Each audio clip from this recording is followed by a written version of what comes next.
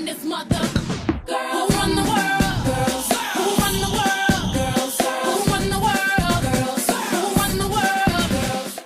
Hello, we are Group 8. This is our online presentation. I'm Dara Mackin. I'm Brittany Hart. I'm Kirsten Orschel. I'm Jack Petruka, and this is our presentation on women in finance.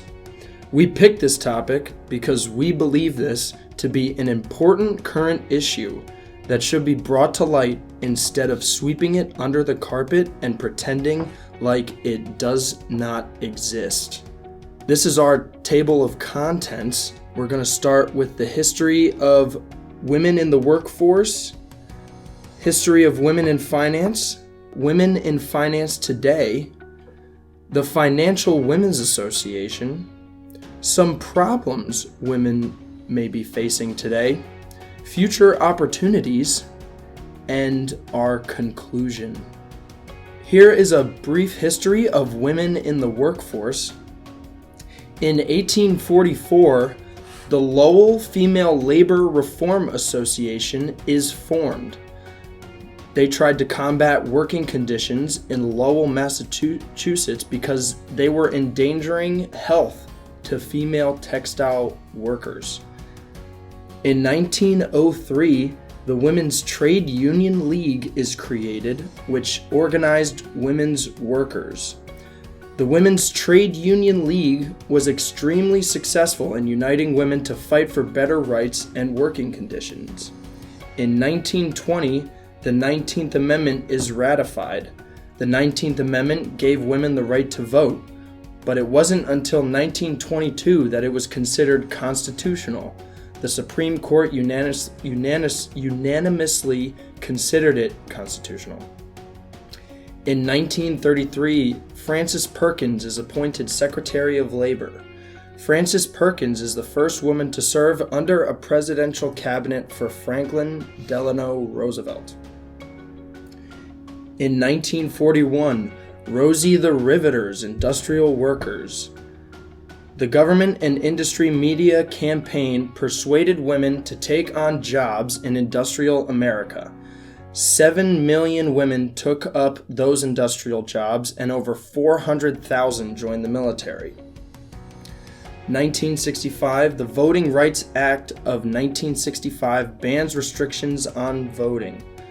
These voting restrictions include literacy and other measures. And in 1972, the Equal Right Amendment is approved, which is equal pay regardless of sex. Next is some history of women in finance. Here are some 5 lesser-known and underappreciated women who are sometimes left out of the popular economics conversation. That, of course, does not diminish the importance of their trailblazing efforts and work. Maggie Lena Walker. Walker was the first American female bank president to charter a bank in the United States. The St. Luke's Penny Savings Bank was a community lending institution designed to promote savings and home ownership, especially among women and racial minorities. Founded in 1902, the bank served the Richmond, Virginia area for several years before it merged with 2 other banks. Walker went on to serve as chair of the board for the Consolidated Bank. By 1920, St. Luke's had helped more than 600 people buy homes. Her bravery and trailblazing business spirit at a time when women didn't yet have the right to vote is truly commendable. Marie Van Brittan Brown. Every financial institution has some modern iteration of the device Marie Van Brittan Brown pioneered, the home security system. She was the original architect of the home security system. Her system was devised in response to the dangers she perceived in her own neighborhood. Concerned about the length of time it would take police to respond to a call for help, Brown put a camera on a mobile swivel to enable it to view the front door through each of 4 peepholes. A motion sensor triggered a recording device, and the system also enabled the homeowner to view and listen to the cameras by using a television set. Brown's original home security system soon caught on in businesses around the country. She was given an award from the National Science Committee for her work. Victoria Woodall and Tennessee Claflin. These two pioneering ladies broke the gender barrier on Wall Street. They ran the first female-owned brokerage. Despite the blatant sexism they faced in their struggle, the two sisters made millions advising clients like Cornelius Vanderbilt. While enduring headlines like Wall Street aroused, the two sisters quietly made enough money to put their male counterparts to shame. Woodhull would go on to be a polarizing figure in the suffrage movement. She made the first recorded run for president as a woman, doing so a full 50 years before women were legally allowed to vote. While her suffrage-based platform didn't carry the election, her intellect and force of persuasion were instrumental to the passage of the 19th Amendment. Rosemary McFadden broke another gender barrier in finance. She was the first woman to serve as president of any American exchange, starting her career as a staff attorney for the New York Mercantile Exchange. She climbed the career ladder to become the first female president of that organization or any other trading exchange in American history in 1984. Despite the steep resistance she encountered as the first woman in a traditionally male position, McFadden was a strong and effective leader. When her term was up, she continued to climb toward greatness. She now serves as deputy mayor of Jersey City, New Jersey. Abigail Adams. The wife of President John Adams is mostly noted for her documentation of the home front of the Revolutionary War and for her strident advocacy for women's rights in the early years of the country's founding. A little-known tidbit, though, is that she's also America's first documented female investor. Adams managed the financial affairs for the household while her husband served in war and, later, in the White House. She was quite a shrewd woman, making a great deal of money investing in government bonds. In one exchange in 1783, her husband advised her to invest some money in farmland. She ignored the advice, buying bonds instead. The move made her family quite a bit more money in the long run. Now let's talk about women in finance today. A gentleman named Brad M. Barber and his colleagues conducted research on why there are such few women in finance roles. Overall, they found it's due to lack of role models, the math gender gap, demanding hours in this field require, and the overall bias. In their study and a CFA Institute report, Barber and his co-authors found that specific barriers discourage women from entering the CFA or finance professions. Women face greater time obligations outside of work, and finance is a profession that disproportionately rewards those who work long and inflexible hours. CFA members who are women express a stronger desire to recapture time from work than male CFA members. Barber and his colleagues have also connected the proportion of women in finance to the math gender gap, in which boys tend to outperform girls on math tests in the US. In their recent paper, The Math Gender Gap in Women's Career Outcomes, they showed that the math education of girls significantly affects their career outcome as women. Women are currently only accounting for 18% of finance jobs. Also, less than 1 in 5 people who have a CFA, which stands for Chartered Financial Analyst, are women. According to this study, women have more work at home still as a mother and a wife. This can prevent them from working long hours necessary to succeed in the finance field. In 2016, it was found just 10% of all U.S. fund managers were women. And according to some studies, the likelihood of women serving in fund manager roles has declined since 2008. Lastly, as of February 2015, there were only 58 women CFOs in the Fortune 500 companies. We picked 3 women that have stood out in their careers through the finance industry. The first is Mary Callahan Erdos, who has been voted as one of the most powerful women in finance. Mary is currently the CEO of Asset and Wealth Management at JP Morgan. Last year, her unit posted record revenue and an all-time high net income for client assets at $2.8 trillion. An important part in her role has been to be available to customers where and when they want. Becoming digitally focused makes the team available for their clients. She is quoted saying, "The best part of being a banker is being able to learn from each other and every client and apply the collective lessons over our decades of experience to each new situation." Ruth Porat is the current CFO at Alphabet since 2015. Before Google, she was the CFO and Vice President of Morgan Stanley. She is 61 years old and is ranked number 21 on Forbes' list of most powerful women in 2018. She completed her undergrad at Stanford and got her Master's of Business Administration from the University of Pennsylvania.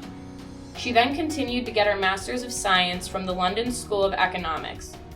Ruth was one of the few top female executives who participated in the Google walkout for real change and fielded questions from employees. Despite being sick, she keeps a positive outlook in life and loves her job. She is quoted saying, "For me, going to work meant that I was in control of my life. The disease did not define me, and so in many respects, work was a really important part of me being healthy." Lastly, we wanted to mention Christine Lagarde. Christine is 63 years old and currently the chairwoman of the International Monetary Fund. She began this role in 2011, providing financial oversight and guidance for its 189 member countries, including China, Russia, and the UK. Since her time as chairwoman, she has managed the Eurozone debt crisis, emerging market risks, and the threat of a US trade war with China. She is listed as number 3 on Forbes' list of most powerful women and number 22 on Forbes' list of powerful people for 2018. On the 10-year anniversary of the 2008 bank collapse, Lagarde pointed to the groupthink in the male-dominated industry and called further gender reform. She can be attributed to the quote, "It's a question of not so much pushing the boys out of the picture, but making the whole frame bigger so that both men and women access the labor market, contribute to the economy, generate growth, have jobs, and so on." These 3 women have certainly made names for themselves despite the biases they face on a daily basis. The FWA, or the Financial Women's Association, was established in 1956 when 8 enterprising women on Wall Street met to share professional experiences and further their knowledge. The nonprofit organization proudly numbers more than 1,000 members worldwide. The FWA is dedicated to supporting the advancement of women in finance. Their goal is to encourage furthering knowledge, expand horizons, and contribute to the economy. Each year, the FWA awards Women of the Year. They also have a college mentoring program, which gives girls positive role models and contacts in the industry. It also gives them the opportunity to get scholarships to help them pay for their continuing education. There are a few problems today about women in finance. First off is the pay gap. Then we'll talk about women participating in various finance industries and upward movement after they enter the industry. Of course, there's some other smaller problems that women run into in the financial industry. There's a certain expectation of dress that women have to uphold that men are not held to the same standard. A man might only need 1 or 2 suits and can cycle through them, but a woman's expected to have a different outfit every day of the week. Men and women are expected to keep themselves looking professional, but for women this includes more steps, meaning they have to spend more time on their hair, they might have to spend more time on makeup in the morning, they're also expected to wear heels instead of flats, which is not fun, and having to keep their nails clean and polished. Also, women can't be as aggressive as men. When a man is aggressive or loud, he's seen as passionate. But when a woman stands up for something she believes in, she can be just seen as aggressive or can be called different names. We found an interesting short video that talks about the gender pay gap and challenges women face in the job market.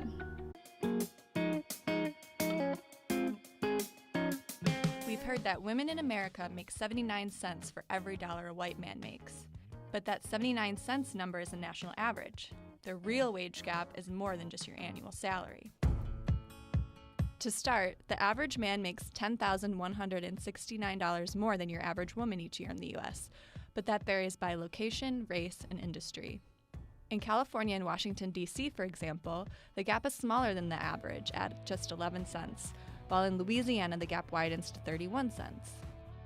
A woman's race also plays an important part. Latina women make just 53 cents for every dollar a white man makes, and for Asian American women, that number is 85 cents. That's just base salary. If you take into account 401k contributions, debt repayments, and raises, the gap increases dramatically and has ripple effects on every aspect of a woman's financial life. Let's meet a man and a woman who start working in the same job at the same time, right after college. If this man is making $35,000 to start, then the woman's starting salary is $27,650, or 21% less. Over the course of their careers, the gap widens with every raise and promotion the man gets. After 40 years of working, the man has earned about $500,000 more in wages alone. Let's take this simplified example. What if our man took his extra $10,169 per year and started investing? Assuming 6% annualized returns, he'd earn around $50,000 more just from interest alone after 10 years. And after 40 years, he'd retire with around $2 million more. To build an equivalent retirement nest egg, women must save $1.25 for every $1 a man saves on average. And that's with them starting out on equal footing. What if they both had the average amount of student loan debt? The man would have to pay off about $18,880 to start, while the woman is saddled with about $21,619 in outstanding loans. So not only are women starting out with more debt, but they're earning less to pay it off. While men pay off 13% of their debt a year, women pay off just 10%. 3 years after graduating, women have paid off less than a third of their debt, while men have wiped away around 40% of it. The effects of more years of investing and less debt to pay, while making 21% more every year, add up to a huge nest egg for the man. Then there's Social Security. As women contribute 79% of what a male worker would, and because Social Security makes up a larger portion of a woman's retirement income, women end up with around 56% of what a man does during retirement on average. And these numbers don't even account for the woman taking time off to have kids, change careers, or go back to school. So that 21 cents adds up to a lot more. In fact, if the wage gap were evened out, the average working woman would have enough money for 14 more months of childcare or could pay off her student loan debt in just under 3 years. The pay gap is not some mythical made-up thing. These are for the same job in the same industry, with the only thing different being their gender. Financial managers for women make $1,157 and men make $1,670. This is a $513 difference. For financial analysts, women make $1,252, whereas men make $1,747, a $495 difference. And the biggest gap is a $761 difference for women who choose to be personal financial advisors. Women make $953, whereas their male counterparts will make $1,714. The commercial banking industry also has a disparity in the numbers. All employees in the U.S. commercial banking industry, 56.7% are made up of women, so we have the majority. But when you get up to first and mid-level officials and managers, women lose that majority with only 48% of the positions. And when you get to the executive and senior level position, only 30.8% of people are women. Investment banking and securities have the worst numbers so far. Of all the employees in the investment banking industry, women only hold 35% of positions.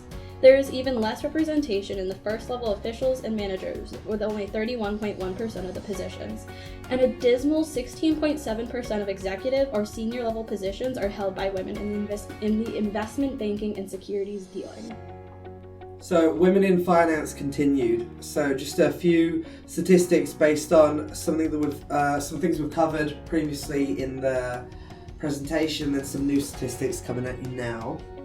So, women hold less positions higher up in companies. So we mentioned that before, that was a given, but out of the Fortune 500 companies in 2018, only 24 of them had female CEOs. That's just about 4.6%. Another statistic is that barely 30% of executives are women throughout all of the companies in the US.